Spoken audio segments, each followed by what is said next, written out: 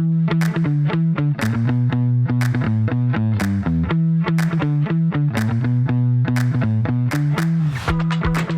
everyone. I'm Wendy Liebmann, CEO and Chief Shopper at WSL Strategic Retail, and this is Future Shop. This is where I talk to innovators, disruptors, and iconoclasts about the future of retail. Today, I have three of them, an innovator, a disruptor, and iconoclast. Well, we're going to talk about today influence and the power of influence. So, intriguing topic as we think about the future. But first of all, let me introduce the panelists I have in alphabetical order. Amanda Coussoule is the Chief Customer Officer at Kenvue. Welcome. Marla Fielder is Health and Wellness Director at Kroger. And Sharon Glass is the Global Head of Pharma and OTC. She's the partner at InMarket.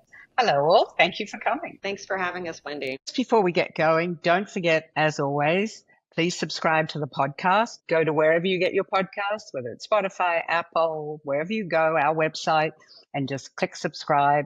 Then we know you're behind the scenes there, and that makes us look even better and makes me feel even better. Thank you for that.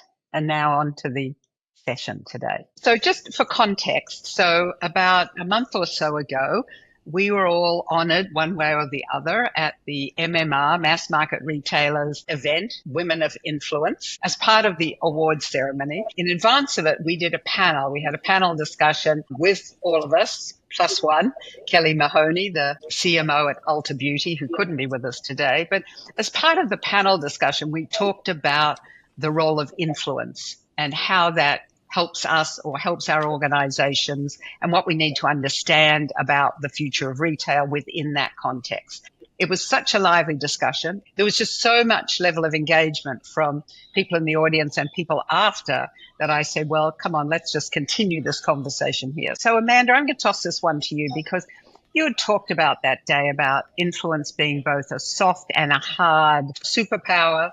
And I just, for me, it was understanding that was a great learning. And I wanted you to, explain that again, the soft role and the harder or firmer role of influence.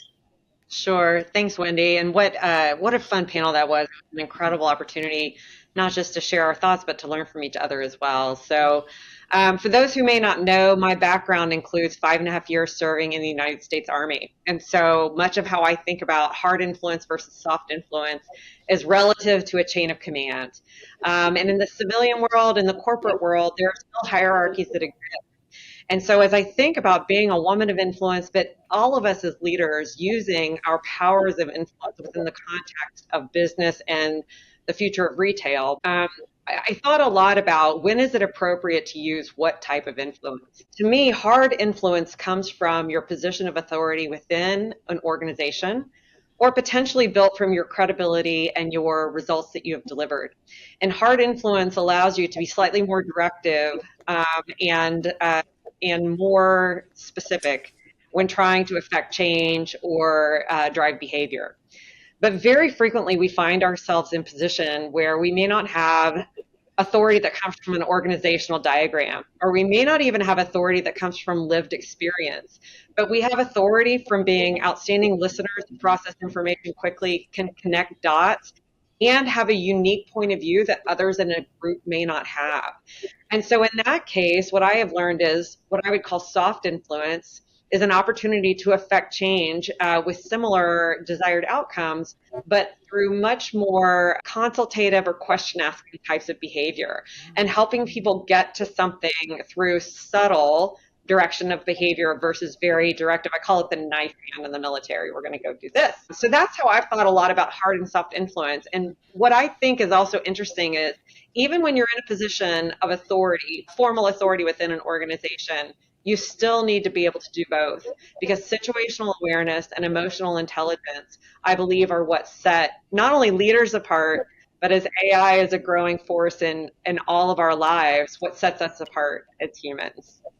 Yeah, it's so interesting that you've added the AI component to that, because that is that big conversation now, right? When technology can do so much, what role do we as individuals play? And we'll come back to that for a minute. But Marla, I was thinking a lot about the role you have, and there you are in a grocery company, a food company, where you're in the health and wellness space, and the power of the fresh guy or woman, whoever's running fresh, or the power of, who's ever running, I don't know, sodas, beverages, all of those things, versus the power of the person behind the pharmacy counter. How do you think about that in a company like Kroger, or in general in the life you lead? Yeah, so thank you for that. And I echo the remarks. We had a wonderful time back in June. And so being a pharmacist first, and then being a pharmacy in what happens to be a grocery store, the bigger picture is really focused on to your point, center store and the fresh side of the business. However, it's my role to have influence on the total business by really sharing insights as it relates to how important our pharmacy customer really is, and how much more loyal a pharmacy customer is, and how their basket size is bigger, and all those pieces. So yeah, absolutely. The bulk of our business is center store and the fresh side of the business, but certainly pharmacy and the health and wellness side of the business has a very influential part of the business as well. And so for me, I had to find that happy medium of learning all that I could about the total business while making sure that I, as a subject matter expert, shared and influenced the decision making as it relates to pharmacy, and then making sure that the C-suite understood how important the pharmacy side of the business is in our region as well.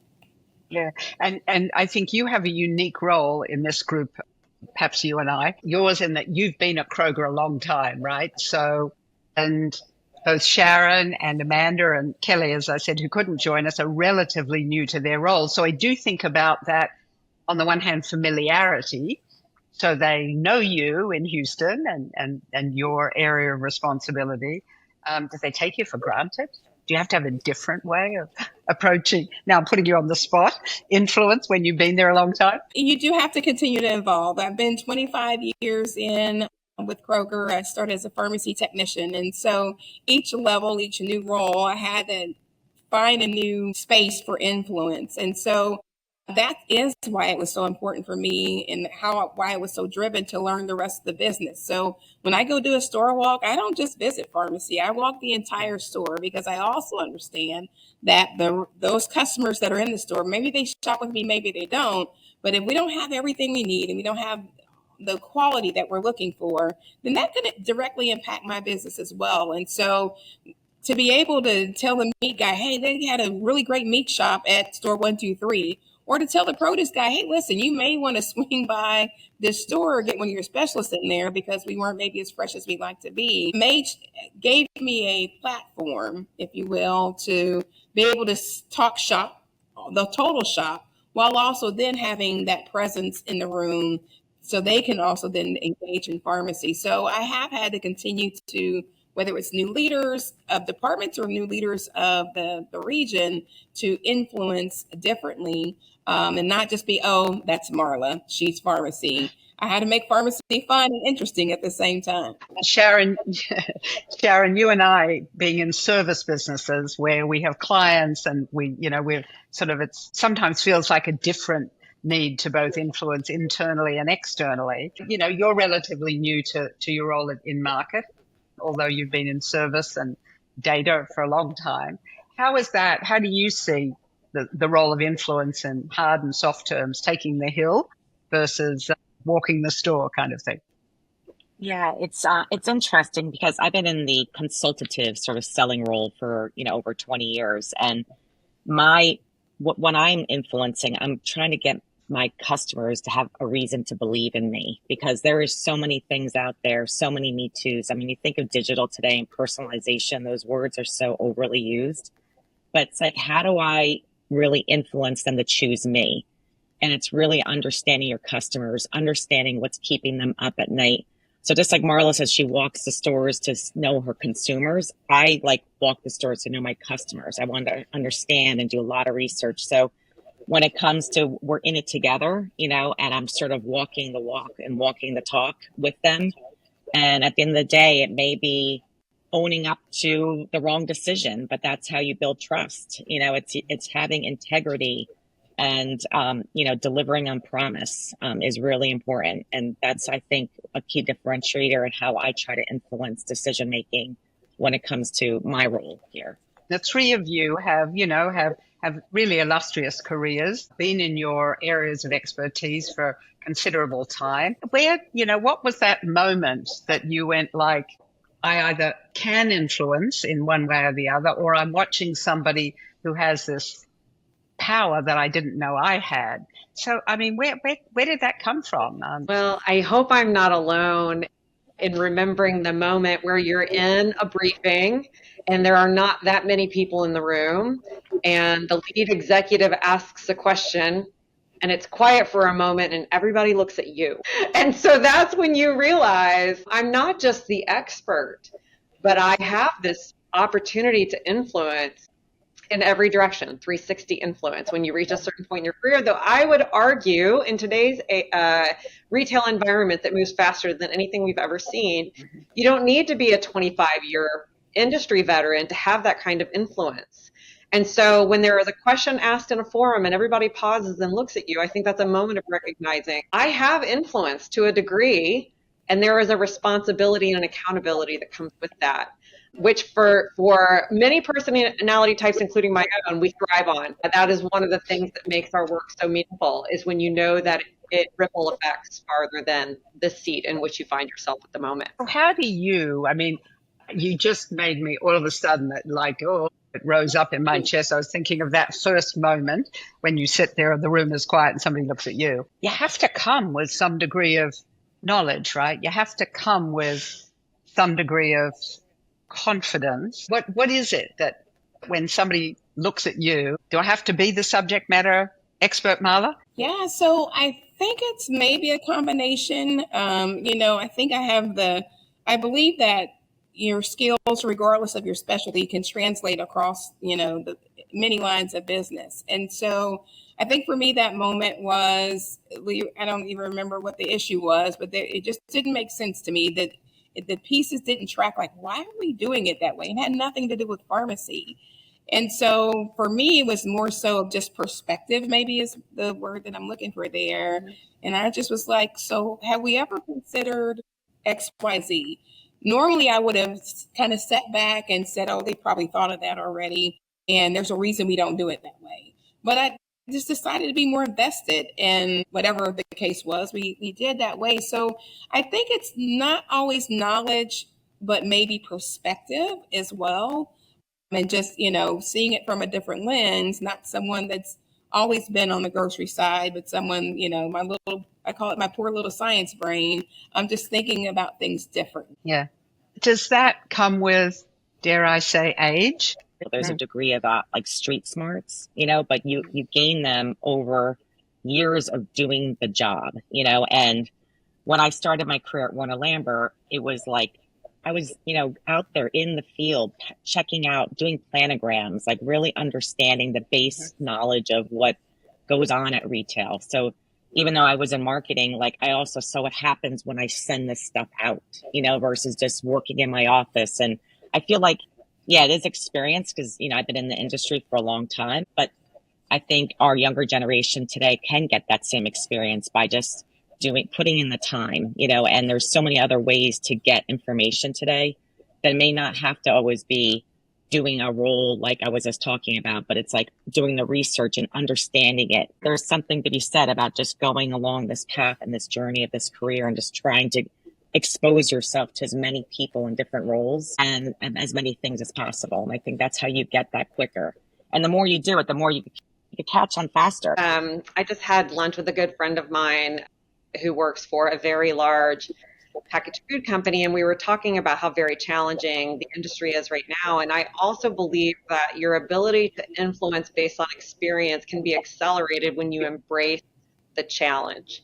And as difficult as it might be to find yourself in a role or a company or a moment in industry's evolution when everything feels hard, that to me is when you can build experience and credibility at a greater rate than maybe a colleague in the industry who doesn't face the kinds of challenges that you do. So that is one of the things I think is important for emerging talent too. How can I accelerate my career? Seek out the biggest challenges you can find, embrace them, and then deliver. It's not enough to do the work, right? You have to also deliver against the challenge. It's such a great point, Amanda, because I remember I used to always like trying to break open that customer that we couldn't break open for years, and I really got in there and tried to figure out, like I said earlier, the compelling event. Why don't they like us? I would meet with as many people as I can and give me feedback. What are we doing wrong? What are we doing good? What do you wish we did better? And just asking those questions over and over again and then when you're able to open up something like that, that's when you get attention because you were able to build something that no one else in the past could, and that's how you sort of all of a sudden you are an influencer just purely by the results that you've been able to achieve. And then that also supports, where you're headed with your career too, because you start getting recognized for being able to drive business. So yeah, I love those tough customers. So yeah. And I do think that there's something in that of being bold and in the sense of whatever bold looks like, and whether it's walking the floor and as you do every day, I'm sure, Marla, just walking into one of your many stores, or Amanda, as you travel around the country, with your teams and your customers and Sharon, like you and I, where we're always, building those relationships with our clients, which is not about sitting behind our desk, but it is about jumping into the fray, right? And being part of it. You brought the point up, Amanda. I mean, you're in a company that's has split off from its parent company. So a totally new organization. Marla, as you continue to grow the health and wellness business in a grocery retailer, and Sharon in your whole new field. I mean, this turmoil, chaos, I'll be polite or not, in the industry, how do we help our people, our teams, our particularly younger people, but not only, how do we help them not be afraid of that? Especially for the pharmacy space, we have, people closing and their doors forever. And so for me, we've had to be very transparent with conversations of, this is where we are. This is where I see the industry. This is what I've seen before. Of course, there's some areas that are uncharted territory. And so then it's easier, in air quotes, easier, to then back up the why we're asking for certain tasks, whether they're clinical, whether they're additional, making sure that we're taking care of the whole patient differently. The industry is changing in the pharmacy space, just even how we care for our patients. And so it helps explain the why and why I am still at Kroger and feel very strongly about the strength of the pharmacy business that's tied to a grocery business, right? People are still going to need to eat, and people are still going to actually need to take their medication. And so really helping them navigate and go through the journey of the transparency with a little bit of the history of where we've come from in the industry and certainly as a company helps to bring them along the way, because it is a little scary. What I would add, I'm sorry. I would say what I would add to that too is, Marla, you spoke to it, but I've been so inspired in the last few weeks with this re-energizing of the idea inside of Kenvue that we put the consumer in the center of everything we do. And so I think that is always going to be our touchstone. And as we work to find the unique way that each of our colleagues, team members can find their motivation and fulfillment, one of the beautiful things about our industry, whether you're on the manufacturer, the retailer, or the partner side, is we do it for the consumer. And really getting into the understanding of what is our consumer facing right now, what is the problem that we can uniquely solve for them, and making it personal. That empathetic, human-based understanding of the consumer brings so much meaning to what we do. And I think today in our industry, there is nothing, don't get me wrong, my company's amazing and I love everything about it, but at some point, the industry is the industry. And so finding a higher purpose within what we all do is extremely motivating when things are so challenging. Yeah. It also feels like, it's that people first. You don't have to convince me about consumer first, right? Shopper first. And it also so centers you, right? When it gets so hard and your brain starts to hurt because you can't quite figure out, all of a sudden it seems to become so intimate, so focused. And that's the thing that sort of makes me passionate about all these crazy crazy times. We all unfortunately have people that we care deeply about that have different health journeys. So what I try to focus on is how do we help them along that journey in a very personalized way, and looking at them very uniquely. And to your point, Amanda, it's the customer or the patient at first. When you focus there, it sort of makes it easier to sort of humanize and and wrap your mind around it, and makes it very motivational, when you think you're actually helping people. Yeah, and you also brought a point earlier, Amanda, about technology. And, of course, we always talk about the bright, shiny AI and generative AI and agentic AI and all of these things that are AIing us. As I sat there all weekend trying to play around with Perplexity a little more than just what sort of shoes should I wear with that. How do you think about that when you think about the benefits of technology or the challenges when you're thinking about influencing teams and businesses and growing businesses? Living in a multi-vector world, right? I remember back in the good old days when it was just a binary world and it was stable, and there was a lot of this or that kind of choices that we made in business. And now, like I said, multi-vector. Look, I think as a leader and as a company, the best thing we can do is really be consistent in our integrity, our authenticity, because when the environment changes where your brand ends up being a reflection of people's experiences rather than your marketing message, right? And maybe your personal brand is a reflection of your presence or the way other people see you show up. The consistency of the experience and being your most authentic and high integrity self. And by the way, that translates to products and brands as well, which goes back to when you truly put the consumer at the center of everything you do and try to use the power of your full corporate capabilities to solve their problems in a new and meaningful way, then in some ways you have taken care of the problems, quote unquote problems, that may come with the evolution of technology.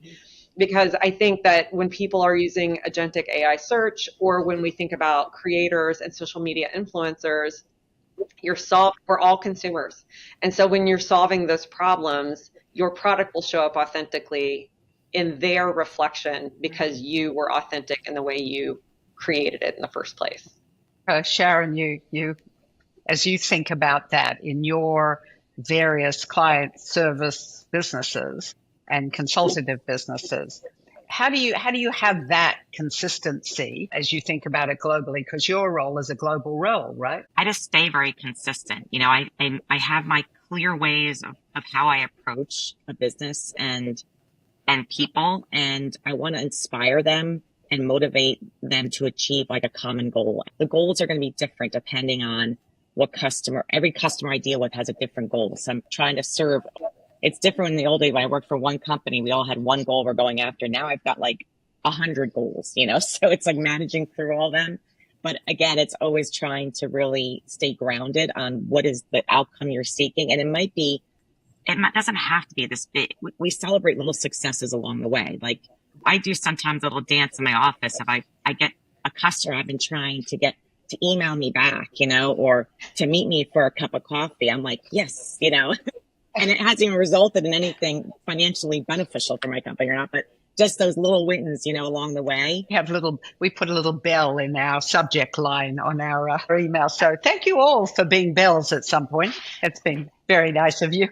So as you think about where you learn, where do we learn? Where do the people who work for us learn? How do we help the industry learn about the kinds of change we're going through and anticipate that? Where does this next generation of Zs and, millennials go? Because, sometimes you just need to tell them to just do it. I've been thinking about that a lot lately, Wendy, and in part because I am so fortunate to have a strong global learning and development partner who has been working extremely hard on creating content and providing access to help my organization continue to grow their digital and omni skills.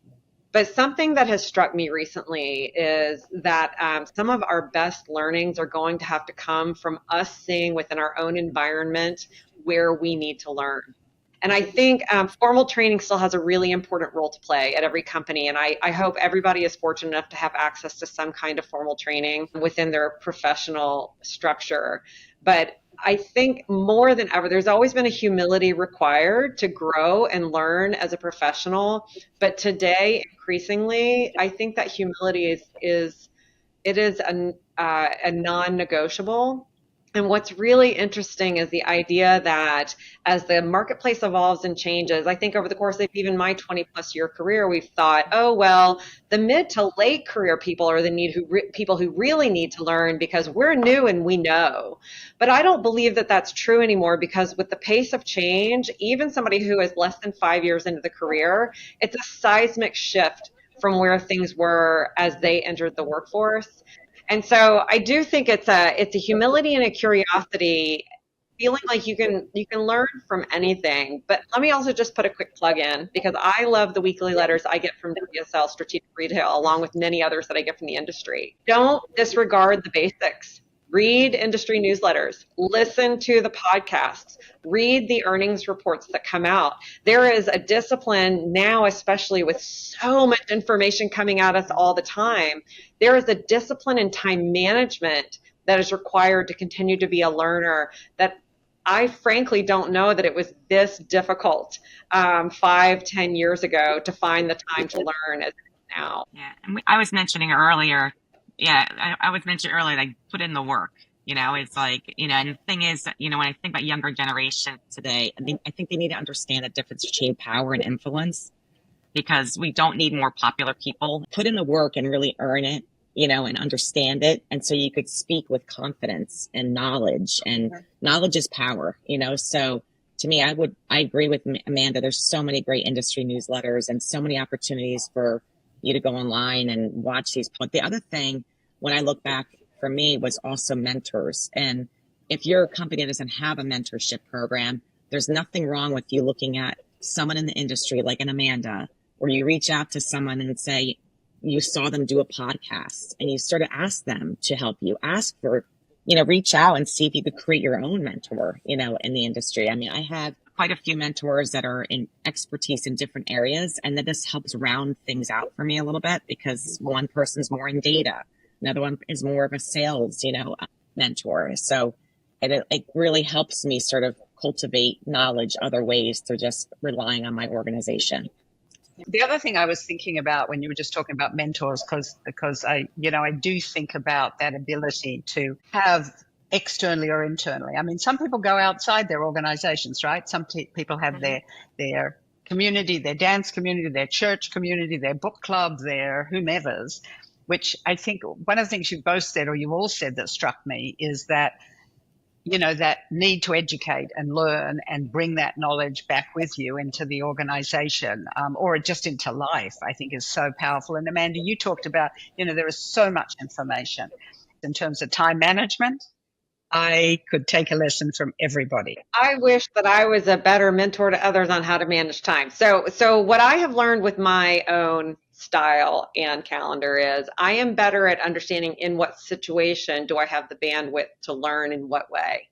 And so you mentioned it earlier, my role today, I have the opportunity to travel all over the U.S., which means I spend a lot of time on airplanes and in airports. And if you've used the U.S. air travel system lately, it's not the most reliable thing in the world. And so that is a situation, right? A situation in which I find time that allows me to think about industry articles, because it's challenging to do confidential business work when you're sitting at gate A6 in Minneapolis. So that is one of the things that I have committed to. Part of my learning time is when I travel, because I know it may be inconsistent, but it's consistent, and then it will always be on my calendar at some point. The other thing that I just got this counsel again from somebody I consider to be a very strong peer mentor is, and I love this word, be ruthless with your calendar. So this is another thing that this is quite challenging for me. I am an extrovert, and I get so much energy from spending time with people in the organization one-on-one, especially when I have that mentoring opportunity. But the reality is I'm not doing anybody any favors if I am not sufficiently prepared, because I do not have enough time to think deeply about that relationship. And so I not only have had to think harder about the relationships I curate professionally, but also, quite frankly, just meetings I attend.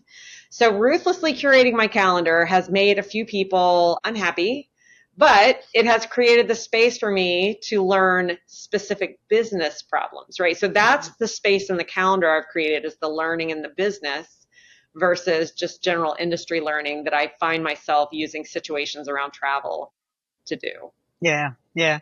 And Sharon, when I think about, again, you talk about lots of different clients, kind of us, in our world. How do I get myself in that person's space and thinking and understanding their business as you move back and forth, back and forth? How do you think about that in terms of building that relationship? Similar to Amanda in terms of the calendar, I put every crazy little thing in there, even if it's 15 minutes. Like I use that calendar for like this is me brainstorming time. You'll see brainstorm, like I'll look at if I've got a meeting coming up with, I block time on my calendar to prepare for that meeting, and there'll be an analytic with my analyst with this, and even just me brainstorming time, because otherwise I won't find the time. There's always someone's going to you'll come across unprepared and frazzled. So I hate that. Like I want to go into a meeting, especially to Amanda's point, like when I get a meeting with someone and it's hard to get on that calendar. You got one shot, so you better be ready for it. And I won't stack too many things at once where I'm giving everybody half of what I'm capable of being. I don't like it like when it's too crowded too, because then you can't deliver on the best quality of yourself. So, but definitely blocking it. You talked about bringing your authentic self, and we hear that a lot. And sometimes it's really hard when you're frazzled and it just keeps rolling over you. But you've got a lot of audiences. I mean, Amanda, you gave the example of being, going from a behind the scenes role into front of the scenes public company, and just preparing for that is different. So what I would add to that as a way to be better prepared is going back to this idea of influence, thinking about who is influencing me. So who do I allow to influence me as I think about the business priorities that I set? And there are very obvious answers, right? Your direct line manager should always be one of the strongest influences on the priorities against which you work every day. But if you can think about just broadening that circle slightly, what is the consumer influence that matters most in the work that you need to do? And how does it intersect with the business priorities that your leadership has set for you, as well as the business priorities that create an amplifying effect for your peers or your team? I think in that way, this influence of the forces around you can really help you think about being prepared, managing your time properly, and having the appropriate impact. One of my favorite things that my very first manager at P&G said to me that has stuck with me all of these years is never confuse activity with results. And I think today more than ever, right? I'm going back to AI because I am hooked on our co-pilot capabilities, but let AI do the activity and you can be the one that delivers results. That's great. Sharon, you told a story when we got together again in June about the people that had meant most to you in thinking about influence. How we look at where we came from and where we're headed always feels to me like it's really important to help stay grounded. I talked earlier about street smarts. I feel like, a lot of that came from the people that influenced me really early in my life, and when we talked last time on the panel, it was like my parents, they always wanted me to be better than versions of them, and be successful. And they pushed me to get into school. And even though they couldn't afford college, they pushed me to put myself through school. And then I had, my uncle get me a job at Warner Lambert, and then he became my mentor. But it was all these people that were equally invested in my success that I surrounded with. Like they wanted me, like I surrounded myself with people that were influencing me in positive ways and positive directions. Like you don't get rid of the people that are going to hold you down. Like, you don't need that. You got to surround yourself with people that are really going to help you on this journey of your life and getting ahead and have positive influence you along the way. Yeah. And I do think, as I said, as we come to the end of this, I do think about with the complexity of retail and our businesses today and all the new knowledge we need, that true north, do I say that? Sounds like a military term. Amanda, is that a military term? Just since I first met Amanda, I feel like I always say to her, I'm taking the hill. I have no idea what hill I'm taking, but I'm following her. In the absence of further orders, attack, Wendy. Always Oh, I attack. love it. I've got it. Oh, I love that. That is so good. I'm going to write that on my wall with my other stuff to inspire me every day. Attack, attack, attack. Yes. As long as you don't have to give the orders, which gets complicated. And then I'm coming to you to give me the order. It's all right. But I do think about that, right? The complexity that we've all talked about, how much time, but we've all also talked about this looking around you, being empathetic, walking the store, Marla, the people that we see along the way and work with, be sort of, I know this sounds very zen-y, but, be present in that moment also feels like the power of influence, particularly in these times, and retail becomes so crazy and hectic in all our lives. So Miss Marla. Being present is very important. And, when I think about, to your point, empathy and getting to know our associates, my jam is in the store. I want to be in the store. I want to be where the magic happens. These are the people that are actually making me look good on paper, right? And so having that personal connection every single time in every single store, sometimes you just have to, they're not going to say what's wrong or what's going on or where, sometimes they will very boldly, but sometimes it's the thing that doesn't have anything to do with Kroger or the business that's either driving them or pulling them away. And so being emotionally intelligent and being able to connect with those that are the ones that are doing the hard stuff, that's doing the work, is really important. And so doing that in an authentic way, I'm not going to remember everybody's birthday. I'm not going to remember the soccer game or what I'm not. But being present and that one more element that you impact them in a way that you never know. And I'll just share a short little tidbit. I had an individual that we have an internal social media, right, where they can post on Viva Engage, and they post great things. And I hearted a person's post, and I happened to go to the store the next day. I didn't put those two things together.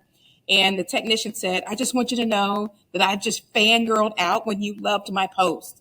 And, I was just kind of like sitting back, like, let me just catch up on love it, nice job kind of thing. And so you have influence and you have impact. And now she posts and I make sure that I love it, but also she goes above and beyond to push that initiative or whatever that is. So making those connections is extremely important. And it's also the joy. For those of you who are listening and not watching, you can see everyone has got this just giant smile on their face, because in the end, yes, we have to deliver the results. Yes, we have to take the hill.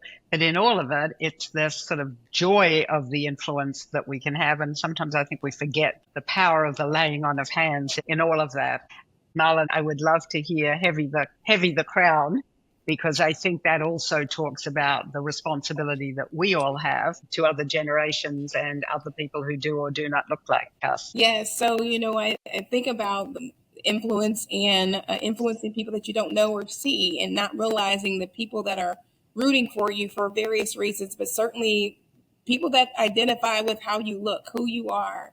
And I'll just never forget when I was first promoted and I was the first African-American female to take on this role in the company. And I received notes from all over the company and all different levels of the company saying, you go girl, or we're so proud of you, or we're counting on you.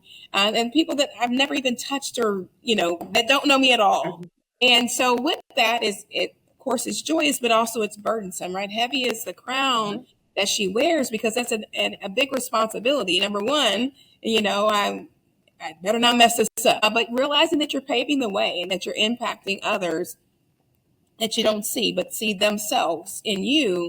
And I'll never forget, I went to one of our stores, and the technician had a picture of this career progression that we did, some HR thing, and there was a poster that we put in every room, and she took a picture of it and it showed my career progression as a technician, and she was not even yet a technician, and she said, if she can do it, I can do it, were her words that she shared with me. Well, I went into the store, I didn't know any of this 6 or so years later, and she said, I want to show you something, and she showed me the picture of her and a picture of the poster in her phone, and she said, you inspired me. You're the reason I'm in pharmacy now. So of course I had to take a selfie with her, with her phone of the picture of the picture. And so when we do those things and we highlight talent and diversity of thought, background, not just, ethnicity, it's important because we never know who we're inspiring inside of our own company or outside of our four walls. Yeah.